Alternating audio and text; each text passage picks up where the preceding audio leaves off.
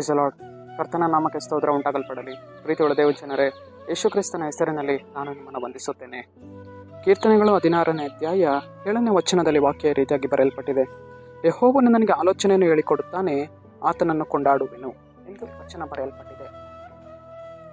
ಅಂದರೆ ಪ್ರೀತಿಯುಳ್ಳ ದೇವಜನರೇ, ನಮ್ಮ ಕರ್ತನ ನಮಗೆ ಏನು ಮಾಡುವವನಾಗಿದ್ದಾನೆ? ಆಲೋಚನೆಗಳನ್ನು ಹೇಳಿಕೊಡುವವನು, ನಾವು ನಡೆದು ಹೋಗುವಂತಹ ಮಾರ್ಗಗಳನ್ನು ತೋರಿಸಿಕೊಡುವವನಾಗಿದ್ದಾನೆ. ಪ್ರೀತಿಯುಳ್ಳ ದೇವಜನರೇ, ಅನೇಕ ಹೊರತಿ ನಾವು ನೆನೆಸ್ತೇವೆ, ನಾನು ಏನು ಮಾಡಬೇಕು ನನಗೆ ಗೊತ್ತಾಗ್ತಿಲ್ವಲ್ಲ, ನಾನು ಯಾವ ಮಾರ್ಗದಲ್ಲಿ ಹಾದು ಹೋಗಬೇಕು, ನಾನು ಯಾವ ಕಾರ್ಯದಲ್ಲಿ ನಡೆದು ಹೋಗಬೇಕು ಎಂದು ಅನೇಕ ಹೊರತಿ ನಾವು ನೆನೆಸ್ತೇವೆ. ಆದರೆ ಕರ್ತನ ಆಲೋಚನೆಯನ್ನು ನಾವು ಕೇಳುವವರಾಗಬೇಕು. ಪ್ರೀತಿಯುಳ್ಳ ದೇವಜನರೇ, ನಾವು ಕರ್ತನ ಸಮ್ಮುಖಕ್ಕೆ ಹೋಗಿ ಪ್ರಾರ್ಥಿಸಬೇಕು.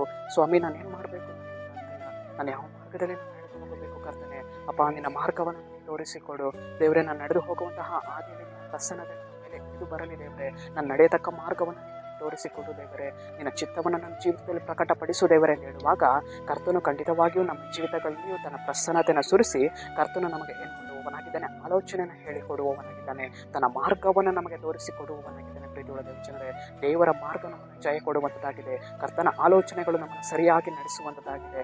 ದೇವರ ಆಲೋಚನೆಗಳಿಗೆ ನಮ್ಮನ್ನು ಇಟ್ಕೊಡಬೇಕು. ಸರಿ, ನಾವು ಪ್ರಾರ್ಥಿಸಿಕೊಳ್ಳೋಣ. ಅಪ್ಪ ಕರ್ತನೆ, ನಿಮಗೆ ಸ್ತೋತ್ರ.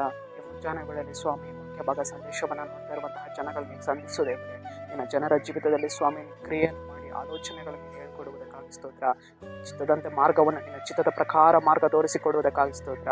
ನಜರೇತಿನ ಯೇಸುವಿನ ನಾಮದಲ್ಲಿ ತಂದೆಯೇ, ಆಮೆನ್.